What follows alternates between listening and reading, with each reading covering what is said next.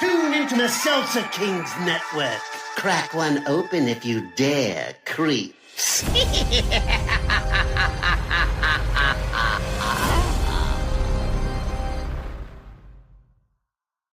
Imagine what's possible when learning doesn't get in the way of life.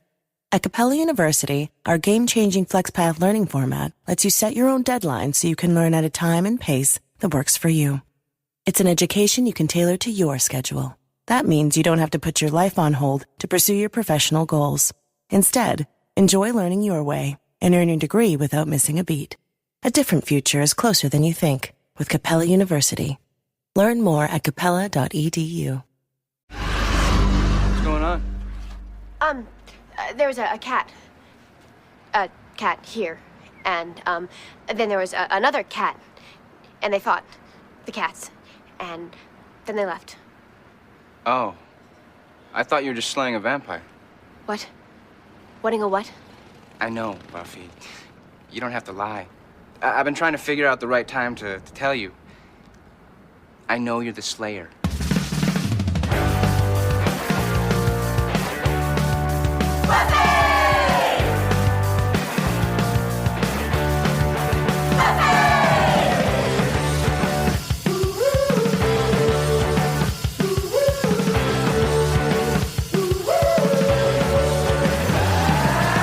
Hello, everybody. Welcome to another episode of Boys Watching Buffy. We're just two boys watching every episode of Buffy the Vampire Slayer.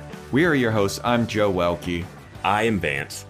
And today we're talking about Season 2, Episode 7, Lie to Me. Written and directed by Joss Whedon. The original air date was November 3rd, 1997, to an audience of 4.98 million people. Pretty big drop-off from last time. But this is kind of like their acceptable audience range, I feel like. Yeah. They're usually in that scope. These are great numbers in 2022. Oh, my God. Yeah, people would kill for these kind of numbers. Yeah. And this was on like a, third-rate network, too. Yeah. It's on the WB. Yeah. Yeah. Yeah. It's not main. It's not one of the big three at the time or anything. Yeah. Not even Fox. Like ABC, CBS, NBC, Fox, and then the WB is like this like stepchild that was. Yeah.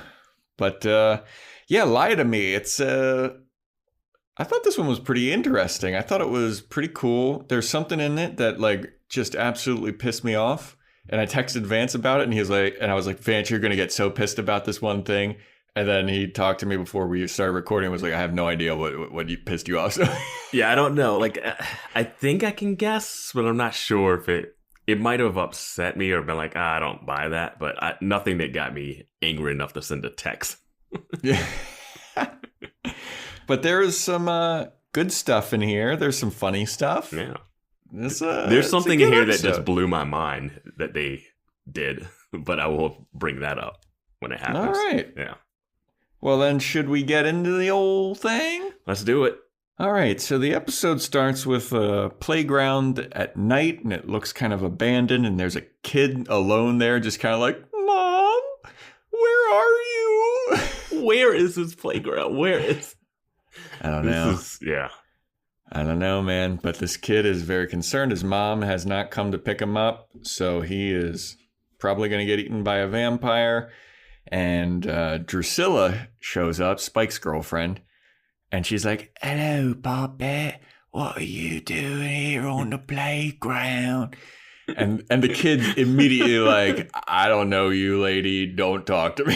I respected that kid so much because I expected Same. him to be like one of those kids that would end up being like, oh, hey, my mom's not here. Like, just no awareness. But he immediately was like, nope, creepy, get away from me. She like comes up to him. She starts singing like, hey there, little baby, wouldn't you like to know I killed a hamster? So it's some kind of creepy song. Yeah. And the kid was already on edge. And then that was just like, I'm not supposed to talk to strangers. I'm out. Yeah. Which I thought was awesome. And then Angel shows up. And he shows up and he says to the kid, he's like, hey, kid, run. Get out of here. You don't want to be messing with this lady. And the kid was like, I already knew that, dude. Yeah. And finally, we get to see Angel, like, do something. Like, what? I was always wondering what he does at night. Yeah, he's just saving children, I guess.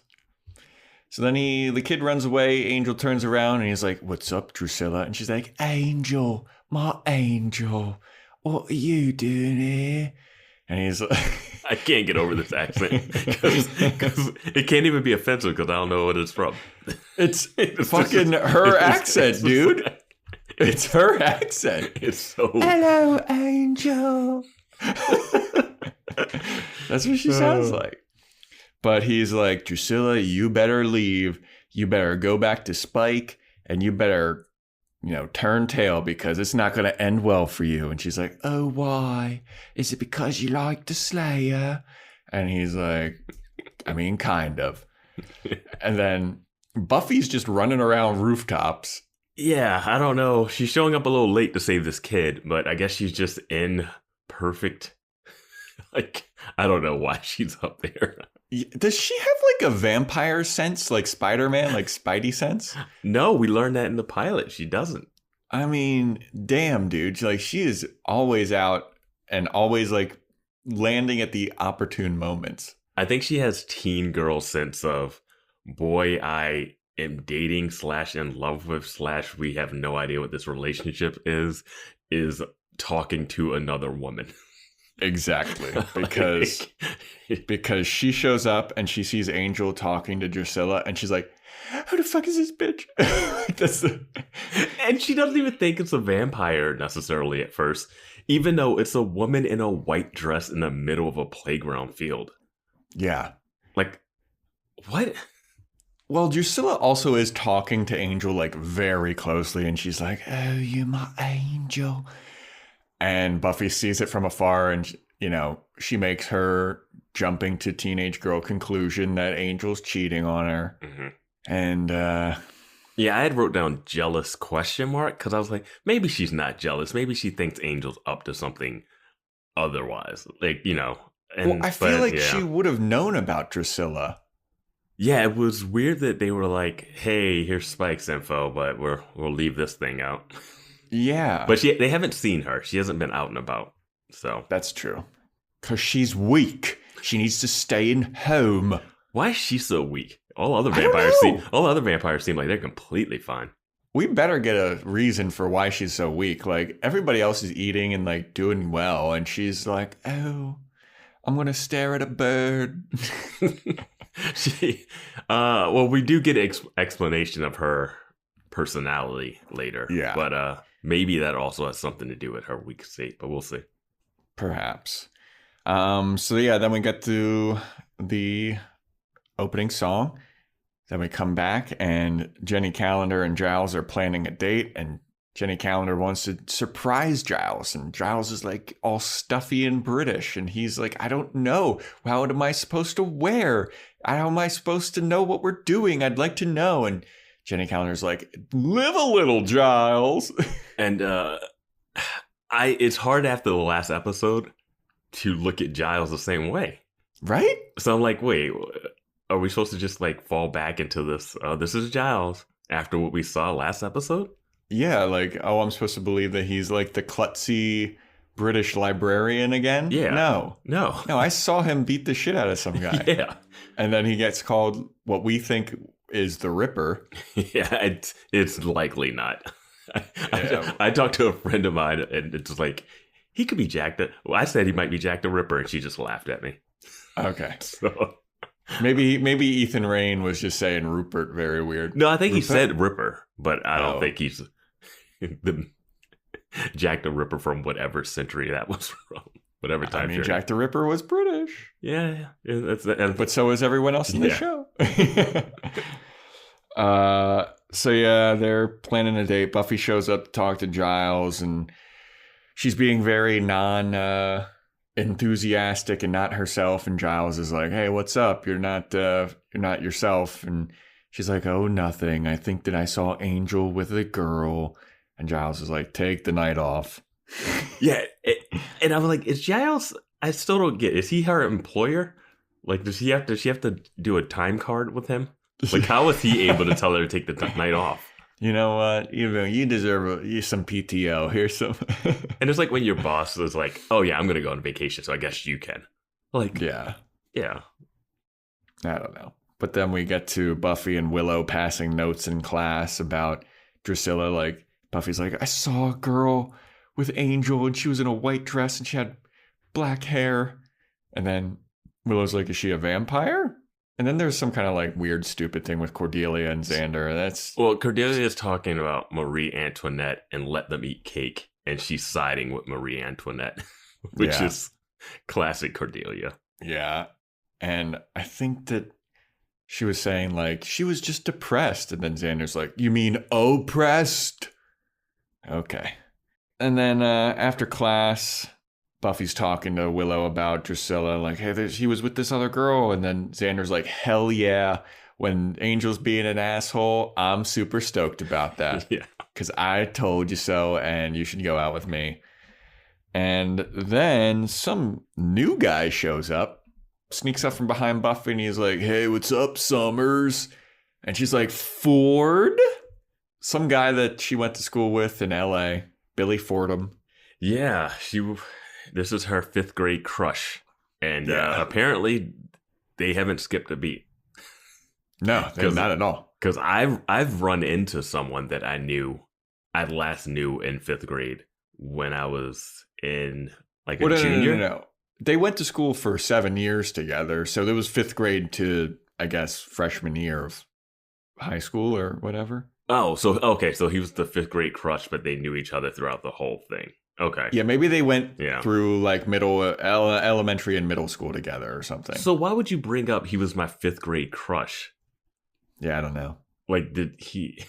And then they reference like there's some really weird school references in this because they reference a 9th grade bikini competition. Yeah. And I'm like, what the hell is that? Creepy as shit. Yeah, so they definitely went to high school together. Written and directed by Joss Whedon. It's clear. That is weird, right? Like, yeah. But yeah, they have a history, and he's like pretty good looking. So Xander's immediately jealous, and he's like, who the hell is this guy? And then Buffy's like, you know what? I'll show you around tonight. Yeah. And then they leave. They even bring up that when he broke up with her in 5th grade, she listened to the song, When I Think About You, I Touch Myself. Yeah. There was just too many things, too many underage things thrown in here. Yeah, it was a little weird. Yeah. But I loved the line from Xander after they leave. He's like, doesn't she know any fat guys? And Willow's like, oh, that's what that song means? Yeah. But it's also like there hasn't been a fat person in this show. I was looking at all the guys because you got like Xander, you got Ford, you got Angel, and I'm like, they do look different, but they're all cut from the same mold. Yeah, every guy. Well, as soon as he said like, doesn't she know any fat guys? I was like, do you know any? Like, there's no fat people in this school. There was the dude that was the rapey pirate last episode. I wouldn't even say he was fat. No, he's just like husky. Yeah. He's like stout. He's like big. Yeah. Even the football player that's like 45, there's a big guy. Yeah. They don't have the fat, jolly, over the top funny person, but I'm sure they're coming. Oh, yeah. I'm sure we're going to get one. Buffy invites him to go to the Bronze, and so then we see everyone at the Bronze, and Ford's telling stories about Buffy, and this is where we get the 9th grade bikini competition line. And Buffy's like, Ford, will you stop telling stories about me? Mm-hmm. And then so Angel shows up in this weird brown velvety ruffled shirt. What the hell was that? I mean, it looked so dumb. It was like a brown velvet version of like the Seinfeld puffy sleeves shirt. What room are they in the Bronze with the pool tables? I know they had pool tables, but the way it's arranged now just is so different to me. I don't know, because they definitely had a pool table because Buffy killed somebody with a pool cue. Yeah. But I don't know the layout. We need to get somebody to send us the layout of the bronze. Yeah, can someone send us that? Yeah, because we got the map of Sunnydale, and that's super helpful. Yeah. But so Angel is there, and then Buffy shows up to talk to him, and she's like, so what'd you do last night? And he's like, nothing. And she's like, you sure you didn't go out and meet up with anybody? And he's like, no. He's like, okay. So then... I love that was like, all right, that's good enough for me to leave and cheat on you. Yeah, exactly. It's so high school teen drama. She immediately goes over to Ford in front of Angel and she's like, hey, Ford, you want to go walk outside with me? And then she walks out and Angel's like, who the hell is that guy? and Willow's like, oh, that's like Buffy's old crush. He's like, crush? Yeah. And Buffy's been like grabbing him by the arm since he showed up in school to take him around. Like she fell right under his spell immediately. Oh, yeah. Yeah. Oh, yeah. But, so yeah, Angel's mad jealous of Ford. Then Ford and Buffy are walking around outside the bronze, and Buffy hears some kerfuffle going on, and she's like, hey, Ford, go back inside and get my purse. I forgot it. Go. So she runs over, and it's obviously vampires, and she's slaying them. But Ford turns around, and he sees Buffy killing the vampires, and he's like, hey, what was going on back there? And Buffy makes up her horrible lies. She's so like, bad at lying. Just so bad. She was like, oh, there was 2 cats and they were fighting and now the cats run away. And then Ford just goes, oh, because I could have swore you were just slaying a vampire because you're the slayer. And Buffy's like, what? It's like, I know. Come on. Yeah, it's like, I know. I figured it out. Everybody should know. Everybody should know at this point. Yeah. My thing here, what are they doing taking a stroll in a dark alley? That's just what you do in Sunnydale, Vance. Buffy, I'm like, I would never be on a street that didn't have, I don't know, just never. I mean, it was pretty well lit. I mean, it was TV show lit, but it wasn't well lit. Well, it was also like a dirty alley too. Like the ground was wet and everything. It's wet down for the lighting. Yeah. Yeah. So yeah, Ford's like, no, I know that you're the Slayer. And she's like, oh, okay. Well, that's kind of a relief. And then she's like, all right, well, this is going to work out pretty well. And then Ford goes away and he is like, bangs on this like warehouse door and they let him in. And it's like this goth club. And he walks down the stairs and he's in league with these goth people. And they're all talking cryptically about like, so are we going to do it? Are we going to have the opportunity to make it happen? And Ford's like, just give it time. I'll make it happen. It's totally going to happen. But it's very, very obvious that all of these goth people in this club want to become vampires. Mm-hmm. It has What We Do in the Shadows vibes. I know you haven't watched it, but you should check that show out and the movie. I saw the movie. Yeah. The movie's great. The show's so good too. Yeah, well, I gotta check out the show. Yeah, because I did enjoy the movie. But yeah, it's all these people. It's called the Sunset Club, and they all want to become vampires. And the main guy in it that isn't Ford is wearing like a Halloween costume cape and shit. And the girl looks like she's dressed up as like a sexy black cat suit, basically. Yeah, like they have a really idealized picture of what vampires are, because they're sort of quoting this movie, like he's quoting the movie, like he's obsessed with movies too. Yeah, Ford is. Yeah, Ford's like looking at it. The movie's playing in the background and he's mouthing along with the dialogue. Yeah, I wonder what movie it was. I couldn't tell offhand, and I did not do a deep dive on it. Yeah, me neither. I mean, I could. It would have made sense if it was like Nosferatu or something, but it was like an old-timey vampire. It looked more Bram Stoker-y, but oh, you think so? Know. Yeah. Well, he was mad into this movie. He knew every line, basically. Mm-hmm. So after this, Angel shows up to Willow's house. And this is what pissed me off. Is okay. he shows up, he knocks on the door. Willow answers like, Angel, what are you doing here? And he's like, I need a favor. Can you help me? And she's like, yeah, absolutely. And then she just opens the door and walks away. And then Angel goes, you know, I can't come in unless you invite me in. Yeah. I thought when you texted me that you said there's something that Buffy did that annoyed you. Oh, no, yeah. no. Now this thing, I threw my hands up. This is the same point I was talking about. Because we have tried to just dismiss the episode where it's like he can't come in, what they set up in the Angel episode, I believe, or something like that. So now they're doubling down on the fact that vampires cannot come into a place unless they've been invited. Yes. And skipping ahead, later in the episode, they reiterate that, if you've been invited into a place once, you don't need to be invited in again. Almost like they've read the internet and are trying to retroactively, like they're like, oh no, we gotta explain this.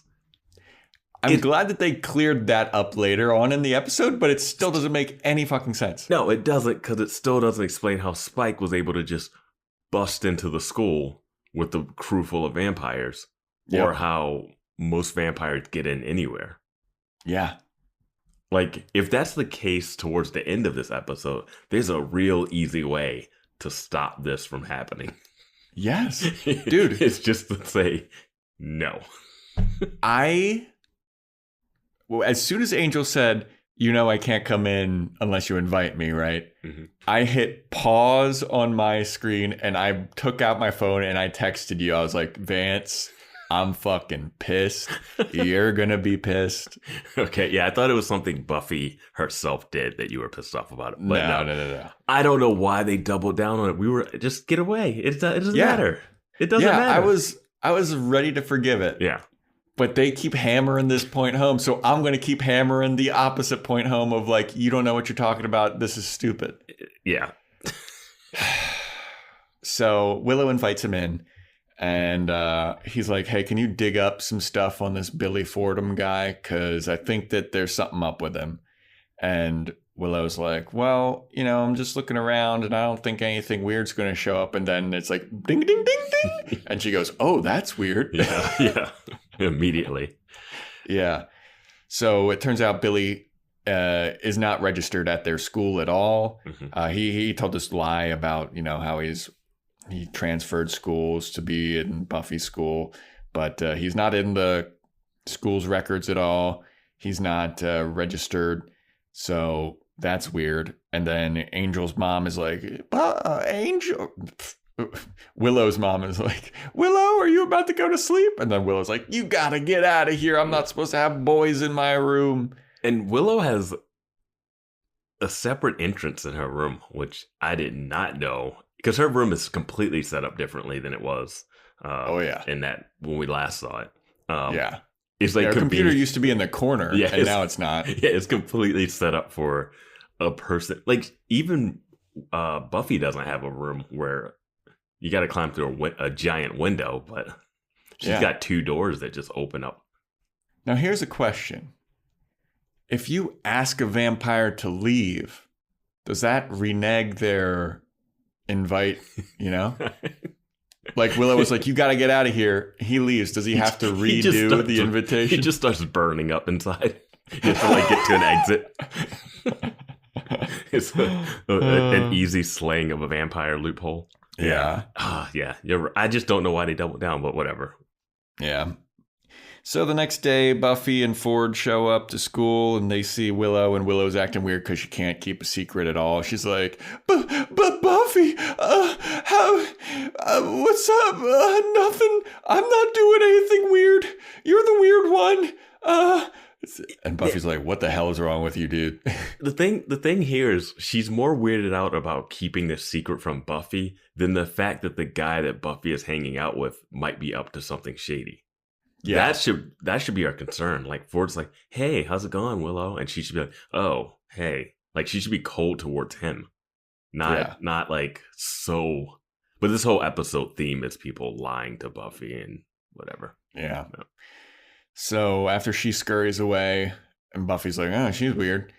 Giles shows up and he's like, "Oh, Buffy, I'm going on a date tonight, and if anything happens, here's my Jenny Calendar's pager number in case you need help with schoolwork." And then Buffy's just like, "Hey, Ford knows I'm the Slayer." And then Giles pulls her aside and he's like, "What the hell are you just telling everybody that you're the Slayer now?" Mm-hmm. And she's like, "No, he figured it out. It's fine. He's cool." Yeah. And Giles is like, "Okay." My thing is, I get that they don't want to say that she's the Slayer, but should people know that vampires actually exist? Like, shouldn't that be a public service announcement? Absolutely, sure, because people's children are being killed. Yeah. Constantly. Like, to the point where, like, it would be easy to say that vampires exist and prove it. Yes. Yeah. And, like, that would give people ways to defend themselves. Just put crosses on all their doors. Yeah. Don't invite strangers in. Yeah. Like, what's the worst that would happen if you found out that vampires existed? I wonder if later in the series they actually do something like that where the world finds out and it's just like, oh, we don't... You get more people like the Sunset Crew. You get like that mob mentality thing that always happens because people are stupid. Yeah. Yeah. Yeah, I guess that's true. So yeah, then Giles is kind of concerned about Buffy and he's not. And she's like, "It's cool, Ford knows." So then Buffy and Ford are walking around at night. She's giving him a tour of the entire city of Sunnydale from the school all the way back to the school. Yeah. And she's like, "That's basically it." And then two vampires are running and scurrying around the school. And then Ford's like, "Are those vampires?" And Buffy's like, "Yeah, stay back." And he's like, "No, I want to help." Didn't you think he planned for those vampires to be there? I didn't know. Yeah, because I didn't understand why the vampires were there. Yeah, now that I didn't think about it when I was watching it. Because when I was watching it, I was like, oh, he obviously had something to do. Because we see him talking about the plan with his people. So I was like, oh, obviously he's walking and these people are there to like set kind of a half trap, right? Mm-hmm. But it seems like they just stumbled upon these two vampires that are full sprinting across the lawn. Yeah, and there's like nobody else around. Yeah. So what are they sprinting toward? Yeah, I don't know. So it was just like completely random. But so Buffy gives Ford a stake and a cross, and then so they start running towards these two vampires. Buffy takes on the guy vampire, and Ford is like with the lady one, and Buffy somehow like gets launched off of the roof with the man vampire, and they're fighting in this separate place. Mm-hmm. And then Ford has his cross, and he has it right up to the vampire's face. And he says something like, "You're going to give me the information that I want before, or I'll kill you." Yeah, if you give me the information I want, I'll let you go, or something like that. He's got the stake over him. Yeah. So Buffy kills her vampire. She returns to where Ford is. Ford's alone now, and he's like, "I killed that fucking vampire, dude. She's gone." And Buffy's like, "Huh, okay, cool." Yeah, Buffy looked at him like she didn't believe he did it. Not like impressed. It was a look of, huh, really? Yeah, because he's like, "Where'd the vampire go?" And he's like, "I killed it. It turned to dust." And then Buffy's like, "Okay, how come I don't see any dust?" Yeah, I felt like she was going to rub her finger on the ground and be like, "There's no vampire residue here." Yeah, that's kind of what I was thinking she was going to do too. But she just was like, "Oh, this is Ford. Who cares?" You know? This is a guy I just randomly saw again for the first time. Yeah. So Willow finds out about the Sunset Club from her internet stalking of Billy Ford. I don't know how. They got a really big social media. I don't even know what it would be at this point. Like, it's pre-MySpace, right? Yeah, I was going to say, it's pre-MySpace. Yeah. AOL chat. Oh, okay. AOL chat room. That's what it is. So Willow finds out about the Sunset Club, and Xander, and Angel go to investigate. They knock on the door. Some guy opens it, and Angel just goes, "We're friends of Ford." He opens the door, and Angel just walks on in. Now, this is another thing, because Willow opened her door for Angel, and then he was like, I can't come in unless you invite me. Yep. But he just waltzed on into this place. Good point. Yep. So they go into the Sunset Club, and they're looking around. They're like, man, look at all these goth losers. We stick out like a sore thumb because everyone's wearing like black and red and stuff, and they all look really, emo and goth. And I would fit in totally fine there. But Willow's wearing like a rainbow shirt, and Xander has like an orange shirt. And it's too many colors. Too many colors for them. Yeah. So they're like, we don't fit in at all. So they walk down the stairs, and they are greeted by that girl that Vance was talking about earlier that's kind of like in a velvety red dress. And she's like, oh, it's your first time here, huh? And they're like, yeah. And they're like, well, we're the Sunset Club, and we want to be like the lonely ones who walk at night. And it's so annoying to me that they refer to vampires as the lonely ones, because we've only ever seen them in like packs. Yeah, I don't know. They don't really do a whole lot with this group, but they do have that moment where because Angel, once they find out that they want to be like them, Angel's like, you guys are idiots. You're dumb. Yeah, because like Xander starts being like, I mean, I've always thought of vampires as like the bad guys that kill people. And the girl's like, no, vampires don't want to hurt anyone. They're lonely and they're immortal and they're so interesting. And then Angel overhears this and he's like, you're a fool. Yeah. And then she says something that's so relevant to this time period about like, well, everyone's entitled to their opinion to have like, or something. I forget exactly the wording, but it's one of those like, what? I've heard that argument made by Aaron Rodgers. The quarterback for the Green Bay Packers. Yeah, I mean, this is like the anti-vaxxer status thing. There's any type of controversial thing you could think of can have this mentality. And my mentality with like people having their own opinions is that it's fine to have opinion that's differing. It's troubling when it can affect other people. Yeah. Well, it's like this girl's saying that vampires don't want to hurt anybody, but how does she think that they get blood? Yeah, that's the thing that they need to dive into. Like, what a dumbass. Because Angel is the nice vampire. And I thought they were going to bring something up. Like, I thought that Xander was going to bring that up when he's like, you're dumb. Vampires aren't like that. And he was going to be like, yeah, that's what I was thinking. Yeah, I was like, hey, guy, that's what I was thinking. You're a vampire. We're hanging out with you. The girl's making an argument about like, there's friendly vampires. They want to walk alongside us and they don't want to hurt us. And then Angel looks at her and is like, you're a dumbass. And I wish Xander would have turned him and like, so wait, do you want to kill us? Yeah, exactly. I was waiting for that. Like, because then you have an interesting dynamic of like, oh, these people believe the good thing about vampires. And if Angel's against it, then we got to be like, hey, maybe he stole a bad guy. Like that can be some nice tension there.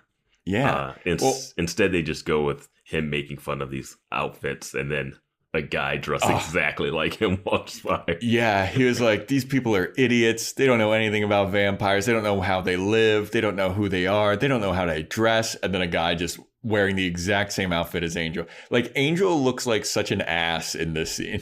Yeah, exactly. I just really wish they would have called it out and had a lot more fun with it. But instead, this girl just like, opinions, and then walks away. Yeah, she's like, you don't need to be mean about it. Yeah. Why are you bullying me? And I was like, well, he probably could have approached the situation better than just, you fool. Yeah. So the Angel's basically like, I've seen enough. These people are dumb. Yeah. They are sympathizing with vampires. They didn't even seem like they looked around for Ford. No. They just like came in, had a scene, and just decided to walk.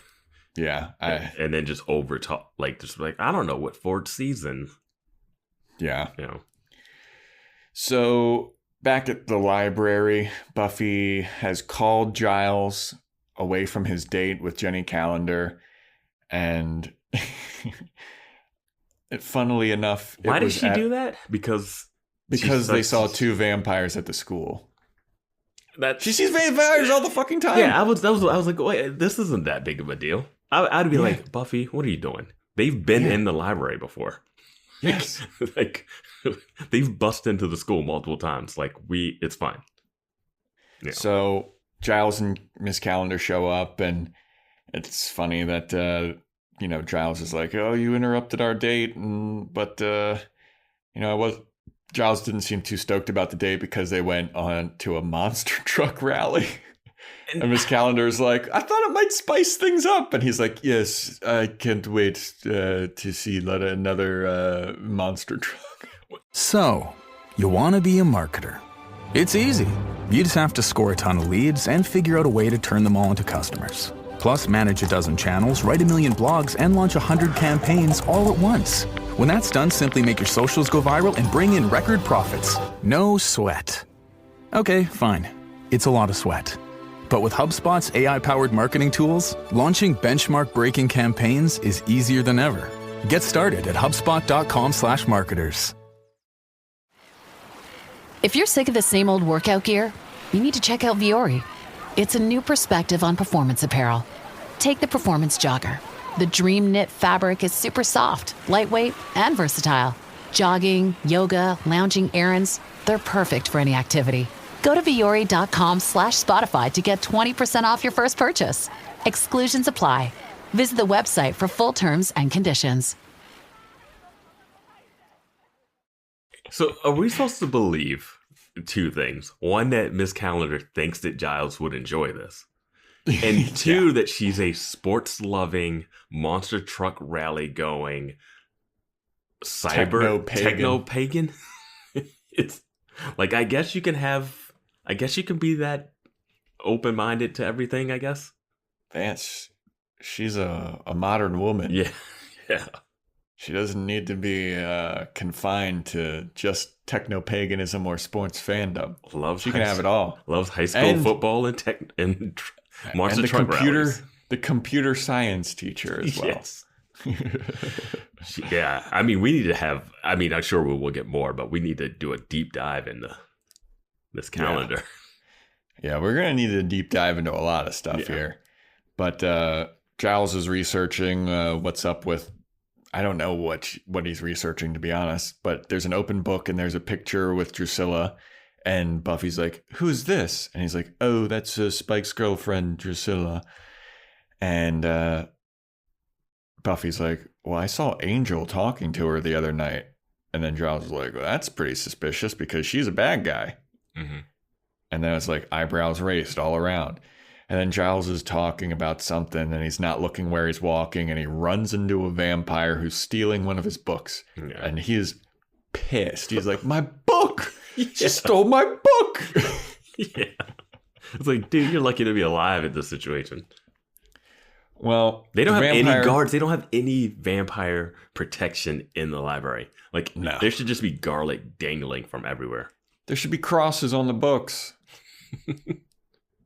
I mean, have any type of like planning, forethought at all, dude. But that vampire runs off, she escapes, and then Giles is like, well, that was crazy. And then Buffy's like, yeah, it was crazy because that's the vampire that Ford said that he killed, and he obviously did not kill that vampire. So something's up with Ford now. Yeah. So now Buffy knows. Yeah. And also the question has to be asked, how did that vampire get into the school? Who invited that vampire into the school? See, you just opened more questions. We were over it. Yep. We still like this show, listeners. No, yeah. It's a good show. But if you're gonna like hammer home these rules and then break them within 15, you break them like 3 or 4 times within the next like half hour. Yeah. Get out of here. Yeah, we gotta call it out. Yeah. So then we cut to Drusilla talking to a dead bird. Why's my bird dead? And Spike shows up and he's like, it's dead because you didn't feed it. You idiot. It's dead like the last one.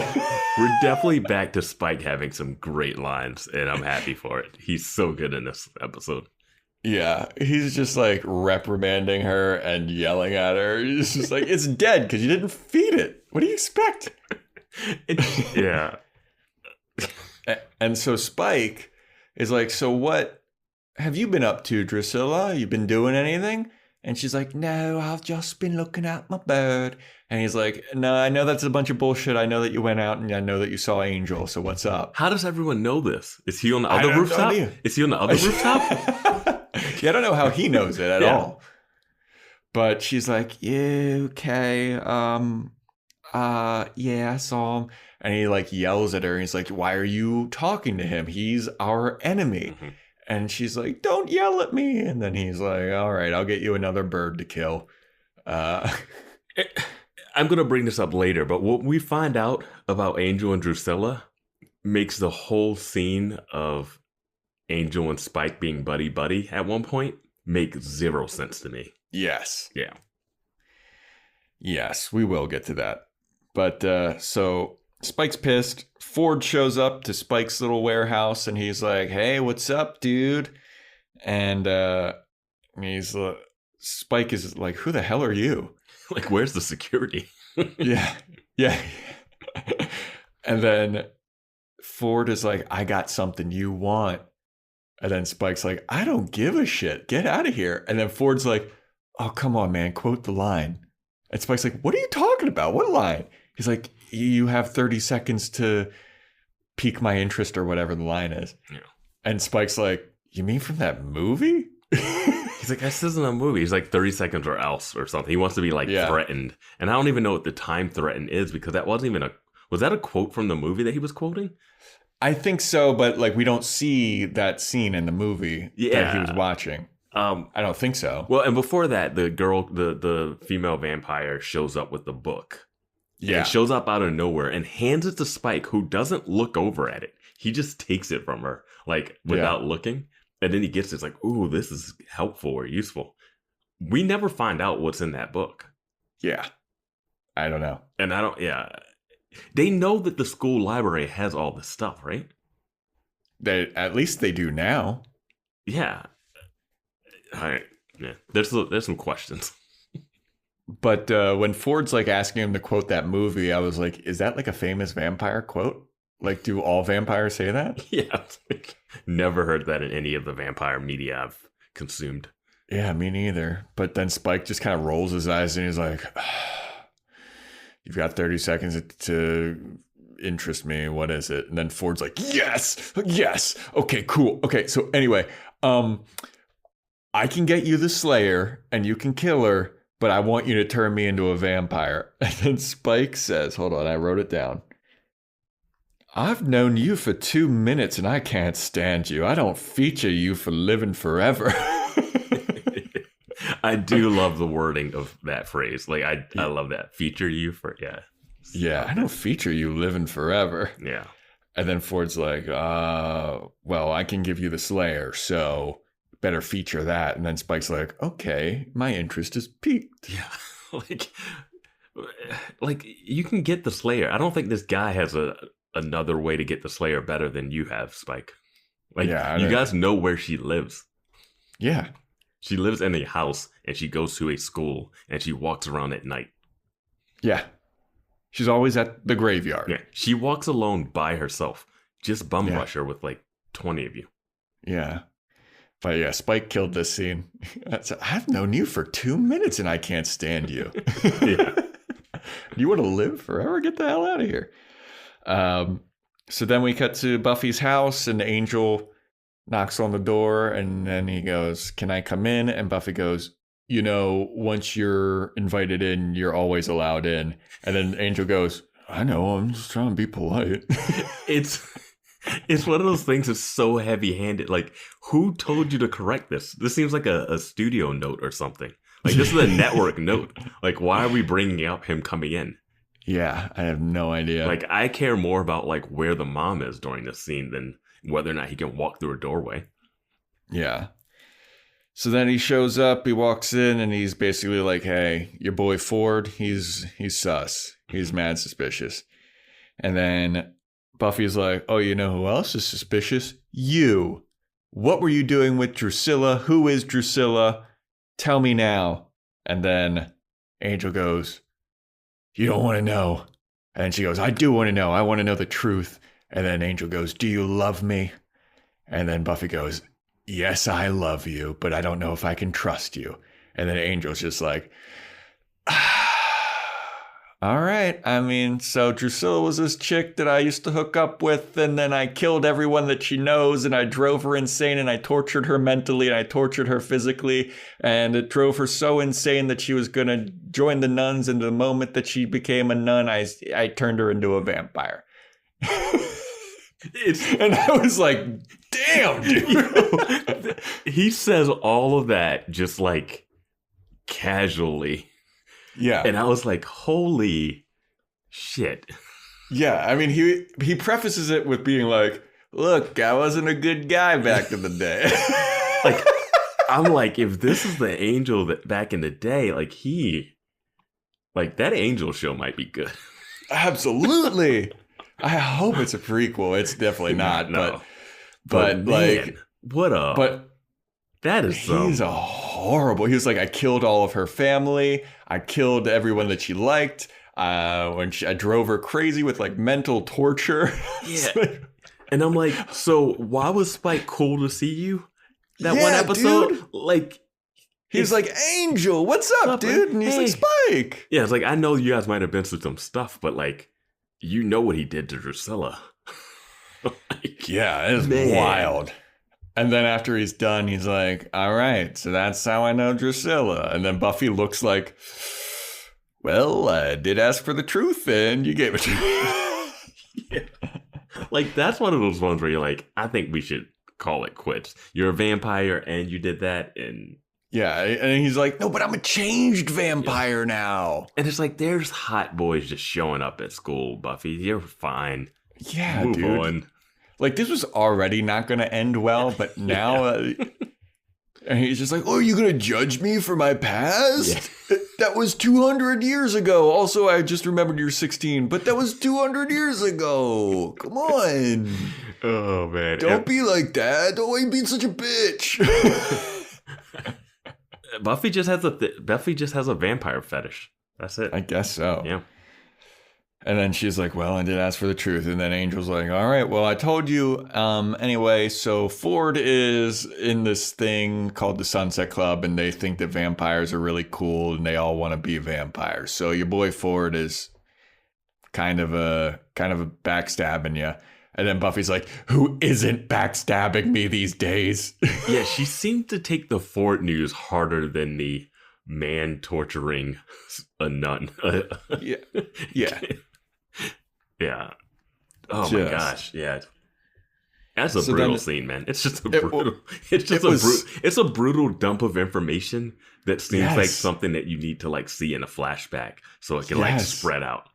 Like, well, I was like, how did he torture her mentally? That like he drove her insane. Yeah, and we've seen her. She is unstable, even for vampires. She's bad, dude. Yeah. But now we have context. But now we feel sorry for her a little bit. Yeah. I feel more sorry for her than I do Ford. Yeah, absolutely. So anyway, the next day, Buffy goes to school and she's walking around all listless and like, I don't know who to trust. Everybody's lying to me. And Ford shows up and he's like, hey, what are you doing tonight? You want to come to school at 9 o'clock? I have a surprise for you at 9 p.m. at night. And Buffy's like, sure, dude. And it's got the I'll be here. And the camera's just like circling around them, all dramatic. Like, yeah. And they're just in the court. Yeah, come at 9 o'clock. Yeah, I'll be here at 9 o'clock. It's like two people that both know the secret. It's like aggressive. He's like, I have a surprise for you. You want to come here at 9? And Buffy's like, yeah, I'll be there at 9. Yeah, you'll be there. It'll be fun. Yeah, I love fun. Like, it's really, it's one of those scenes. Yeah. So then she goes and she sees Xander and Willow, and Willow's like, hey, did Angel talk to you last night? And then Buffy's like, oh, so you knew about this? And Willow's like, well, I helped him look up Ford and like figure out that he's like not a good dude. Mm-hmm. And then Xander's like, yeah, man, we went to the Sunset Club and we did some investigating. And then Buffy's like, you're even in on this? Everybody's lying to me and going behind my back. And this is bullshit. And they're like, so what are you going to do? And how are you going to combat this? Like, they're trying to set you up. And she's like, I'll just do what I always do. I'll figure it out. And walks away. Yeah, she's like, I don't know who to trust or stuff. And I'm like, you can trust these two high schoolers. Yeah. Like, your high school friends are fine. They literally, Angel showed up, asked about a new guy that showed up in the school. You searched for him and found out that there's something wrong with him. And that new guy also lied to your face about killing a vampire. So you should be thanking them. Yeah, I think, number one priority is like killing vampires for Buffy. At least it should be. Yeah. But now she's just like, oh, my friends are betraying me. Yeah. And no, they're not. They're looking out for you. And this scene has a great one where Xander finds out that Angel came to see Willow.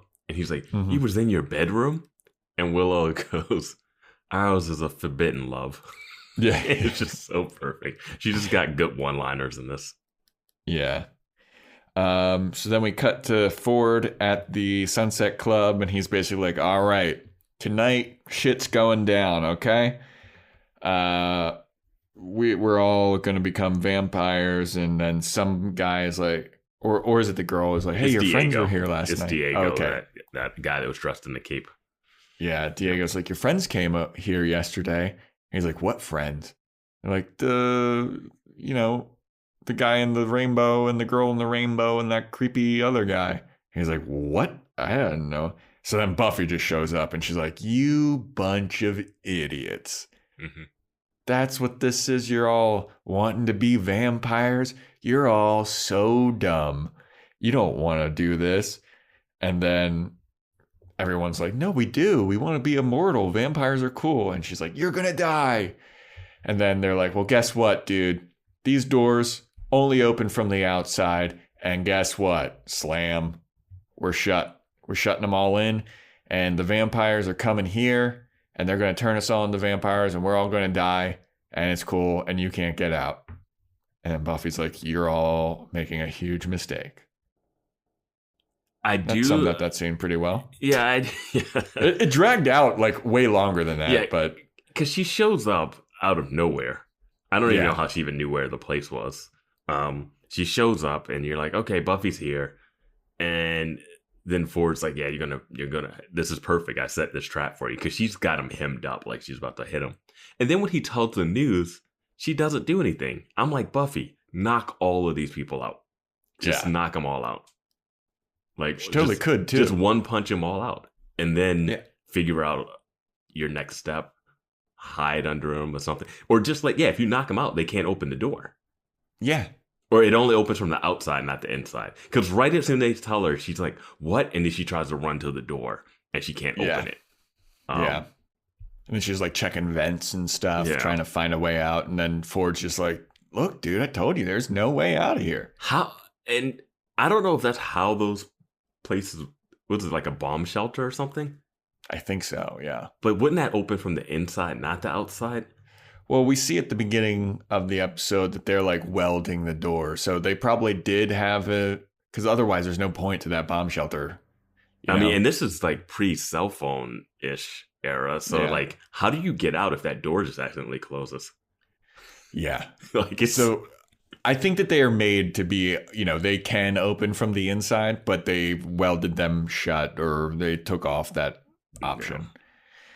So Buffy is reprimanding Ford and she's like, hey dude, this is a bad idea. She trashes Diego's outfit. She's like, you look stupid. And she's like, this is bad. You're all going to die. And then she has a private moment with Ford, and Ford's basically like, yeah, all these people down here, I told Spike that he can just eat them. He's not going to turn any of them. Mm-hmm. But he's going to turn me. It's like, dude, why would you trust a vampire? What is your deal? He's like, I'm going to trade all of these people if you make me immortal and we'll kill the Slayer. And then Buffy's like, you're such an asshole. Everybody's lying to me. And you're dumb. And then Ford goes, well, I have brain tumors and I have 6 months to live. And that's why I want to do this, because it's not fair that I have to die and I want to be immortal. And Buffy's like, oh, I'm sorry, I didn't know that, but that's life, dude. Yeah, it's the Jigsaw from Saw mentality, where he's dying of cancer, and he's like, "You're not enjoying your life well enough, so I'm gonna put you through a torture device." you know, like it's one of those mentalities of like, "No, dude, I'm sorry you got dealt a bad hand, but you don't get to kill 20 people because you got cancer." Like, yeah, it's like and Buffy brings it up. She's like, "You're gonna commit mass murder in order to survive this? Like, what the fuck is wrong with you? Like, sorry that you got dealt a bad hand, but you can't do that." And hey, we got a guy that can bring people back to life at school too. So if you want, we can get him working on a cancer cure in like 2 days. And we got a cyber witch, and we got a book full of stuff, and Angel's a vampire. Like, chill out. We can get Angel to help you. Dude, we can totally help you. And if we can't get you an actual body, we'll put you inside of a dummy or something. Like, you'll be fine. That lab that makes robot bodies might still be around. There's options for you, Ford. There are options. Oh, God. But he's like, "I'm going to be bald. I'm going to be all wrinkly and weak, and I'm going to die. That's not fair." Like, I wrote down that he had like super cancer. Because he seems to like be completely fine, and his body is just gonna, like, I don't know exactly how certain forms of cancer work, but he's like, "I look good now, but I won't in 6 months." It's like, all right, that's an elaborate plan you came up with. So what did you eat? Some radioactive materials? Jeez, yeah. And I was like, are we supposed to feel sorry? Like, I wasn't sure if we're supposed to feel sympathy for him here. Like, it'd be sympathy. It would be sympathy if he was trading Buffy for his life, and it's a 1-to-1 trade, and it's like, that's stupid, and misguided, sure. But he's like, I don't care how many people I have to kill. Yeah, like he's like, all these people that are my friends, don't give a shit about them. They're dead. Yeah. Buffy, who is my friend, I don't give a shit about her. Yeah, she's dead. But I mean, it is kind of nuanced, I guess. This comes into my problem with these episodes is that they feel really rushed at the end. And I get it. They do a lot up front. And then at the end, everything just wraps up so quickly. Yeah. Yeah. So Spike's on his way. Just as they're about to open the door, Buffy turns to all the people in the Sunset Club, and she's like, "This is not what you think. You've been betrayed. Ford's gonna," and then Ford whacks her in the back of the head with a crowbar. Yeah, couldn't tell what he hit her with, and I was like, that knocked her out? Yeah. So she falls down the stairs. Mm-hmm. Spike opens the door uninvited. Completely uninvited. I mean, maybe he was invited. Does the invite count if you do it in a different location? That's what I was thinking. Like, does it count if like because there's 2 doors. There's the front door guy, and then there's the bomb shelter door. If the front door guy invited him in, is he welcome into the bomb shelter? Or like, could Ford invite him in? There's a front door and then the bomb shelter door? That's not the same door? No, because remember at the beginning when Angel and Xander and they all had that guy with the little eye hole. Yeah, you're right. And then they walk through like a hallway to get to this door. Like, does it count for both doors? Or like do you have to invite each and every one of those vampires in one at a time? Like, can you be like, Spike, you're in, Drusilla, you're not? Yeah. But that is a good point. Like, could Ford have invited them all at Spike's warehouse and then they're good? If you get a wedding invitation, are you allowed to just go straight to the wedding venue? Yeah. See, there's so many questions now. Yeah, this is what happens when this happens. So Spike shows up with vampires and he's like, "All right, everybody, let's have a damn feast." And all the vampires, Spike immediately goes up to the girl that's been like, "Vampires don't want to hurt anybody." He grabs her choker and rips it off. And he looks at her like, and he does the like vampire growl, and she like shits her pants. Yeah. It was fantastic. You know what's also funny is that he walks in and he's like, "Have what you want, leave the Slayer for me," or something, right? And then he bites the girl. Does he think the Slayer's tied up and ready for him to get? Because they did nothing to help subdue the Slayer. No. Like, and we've seen her be tied up by invisible women. Like, she can be She was chained up in the frat house. Yeah, like they drugged her. Like they didn't do anything. They didn't have a plan. No. Well, he hit her with a crowbar. Like late. Yeah. Well, then he tried to he hit her with a crowbar a couple times. But you got a whole bunch of people. Why aren't they trying to subdue her if that's the plan? Well, they're too busy getting turned into vampires at this point. No, I mean beforehand. Oh, yeah, beforehand. Like, who knows? Like, hey, I'm coming to pick up my package of a person. Could you wrap it up for me? Yeah, I know. So then all of Spike's vampires start to feast on the Sunset Club, and it's a pretty good ratio. You know, they each get their own person to eat. Drusilla's just like standing alone, and Buffy wakes up, punches or slams Ford's head into a wall or something, knocks him out. Yeah. Buffy runs over to where Drusilla is and grabs a spike and puts it up to her chest, and she's like, "Spike, I'll kill her." And then Spike's like, "Everybody stop." And she's like walking towards Spike, and she's like, "This isn't good. You shouldn't do this. Let everybody go." And then so all of the Sunset Club, they all get up and leave. Mm-hmm. And then Buffy throws Drusilla at Spike, runs out of the place, and then closes the door that can only be opened from the outside, which I was like, that's pretty freaking cool. Yeah. Great plan by Buffy. Wraps up so easy. Yeah. Like Drusilla's just standing in a corner, and Buffy was able to jump up and basically hold her hostage. Yes. The vampires are dumb. Yeah. The vampires are dumb. You just walked in, and your first thing you guys decided to do was to feast and not to say, "Where's the Slayer? Let's subdue her first." Well, it's also like they were feasting on those people for a while, and the people just spring up after Buffy's like, "Everybody get out of here." Yeah. And they all are just like, "All right, well, that was kind of crazy." And they just leave. Yeah. Like, aren't they at least a little weak? Or none of them are like gripping their necks. Like, later on the outside, the one girl's gripping her neck. Yeah. But that's it. But yeah, I just don't. Yeah, whatever. So then the vampires are locked in there. And then Ford wakes up and he's like, "What happened? Is everybody vampire yet? Did you eat everybody?" And Spike's looking at him like, "You stupid son of a bitch. We're locked in here." And he's like, "What about Buffy?" And Spike's like, "She left." And then Ford, this is a lot of balls. Yeah.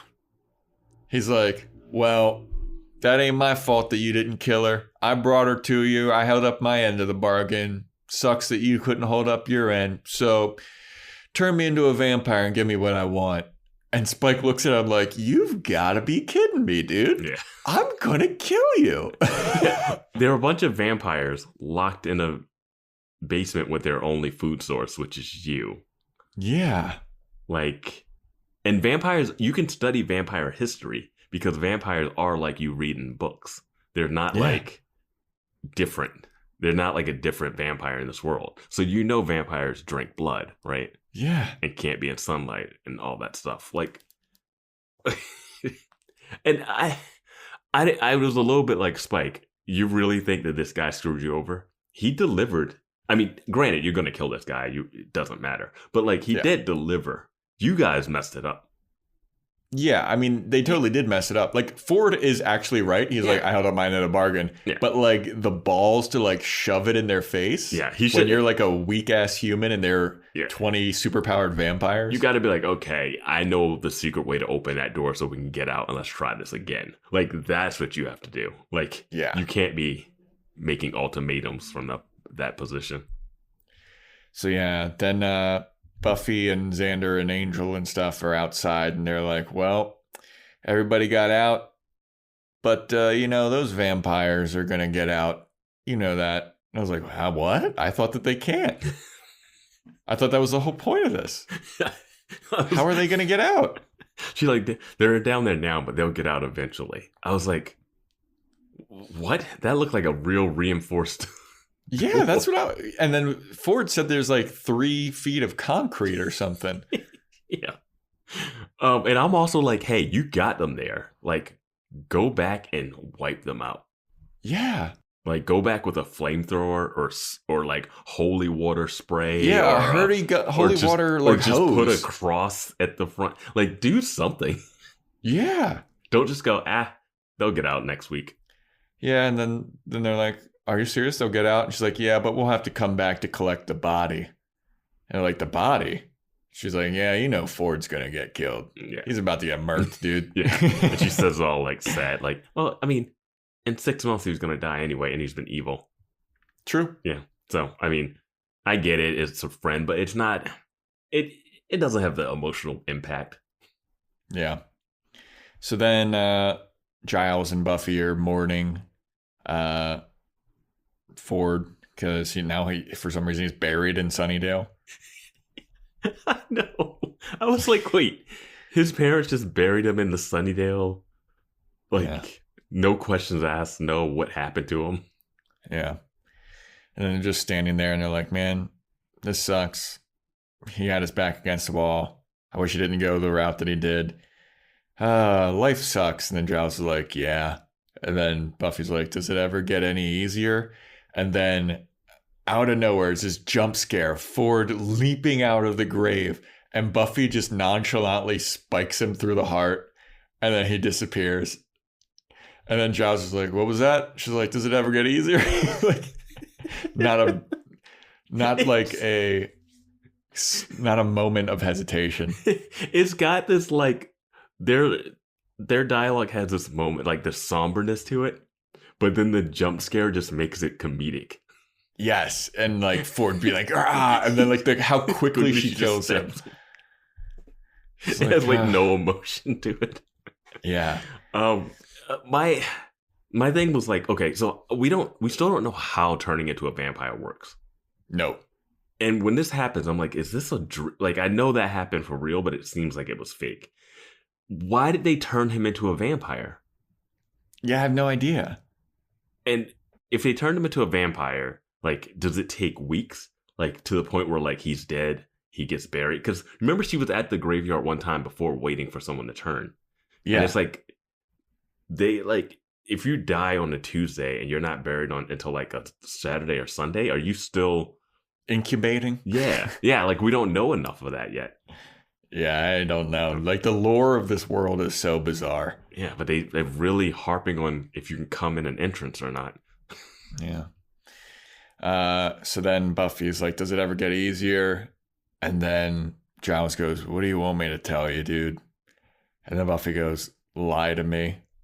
And then Giles is like, yeah, it gets really easy. Like, all the good guys are good and bad guys are bad. And you can always tell them they got horns.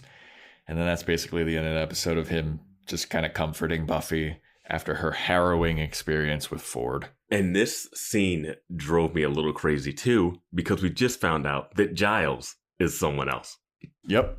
And it's filmed from a wide shot when they're walking away. But if this was filmed closer and we could see Giles saying this, but we could see in his face that he also was lying to her right now about like he's obviously lying to her about like the stuff, but there's that duality of him also being someone else that we could have like played up here, and instead we're not. So I'm like, you're listening to, like, I can't listen to Giles say this, even though I don't know who he is now.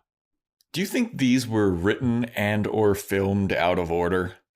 I don't think they were written out of order, but in a show like this, with this many episodes, you're kind of breaking story and then going off and writing, and like it's a lot of scripts floating around at the same time. And there's a lot of stuff, Well, there's also like so many different writers.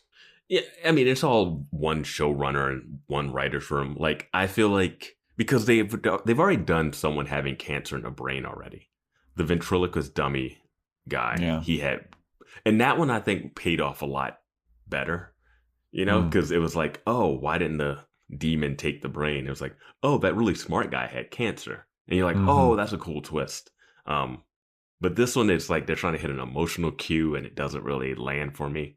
And yeah, I felt like this was a retro. It's like the Star Wars, the recent Star Wars movies where they keep going back and trying to like undo what someone did in the last movies. like, oh yeah, you know, I can't come in unless you do. It's like, no, like we're over it. Don't bring it back up. Just like, I'm fine to move on and just let it be, but you can't bring up the issues. Yeah. Yeah. Well, that's the episode. That is our review and take on Lie to Me. You have any last thoughts, Vance? Vampires are dumb. Yeah, they are. They're not coming up with any plans. They're dumb and inconsistent. Yeah. And how did they turn that door down? They're super strong. Yeah, because we do go back and we do see Ford's body. Yeah. And the door is like bent off the hinges. Like, I was like, wait, what did they use? And then it's also like, how did Buffy not get killed yet? Like those, well, there was a crowbar. Yeah, I don't they think they used their super strength in conjunction with a crowbar. Vance. They went to dig up the master and didn't have shovels. Vampires are dumb. All right. Well, thanks for listening, everybody. Appreciate it. If you want to get in contact with us, it's boyswatchingbuffy@gmail.com. You can follow us on Instagram at BoysWatchingBuffy. And stay tuned next week for our episode on The Dark Age. That's the title of next episode. Oh, man. I would love for this to just be an Angel flashback episode. Me too. We can see some of that Drusilla torture, my God. man. Seeing Spike in his natural habitat. Yeah, that'd be really cool. Yeah. I doubt that it will be that. If it's not that, there's going to be some night. That's what I was saying. Yeah. All right. Well, I have no prediction. Like, my prediction was going to be a flashback, but then you said it and it, like, illustrated it perfectly. So, yeah. All right. Well, thanks for listening. See you next week when we talk about The Dark Age.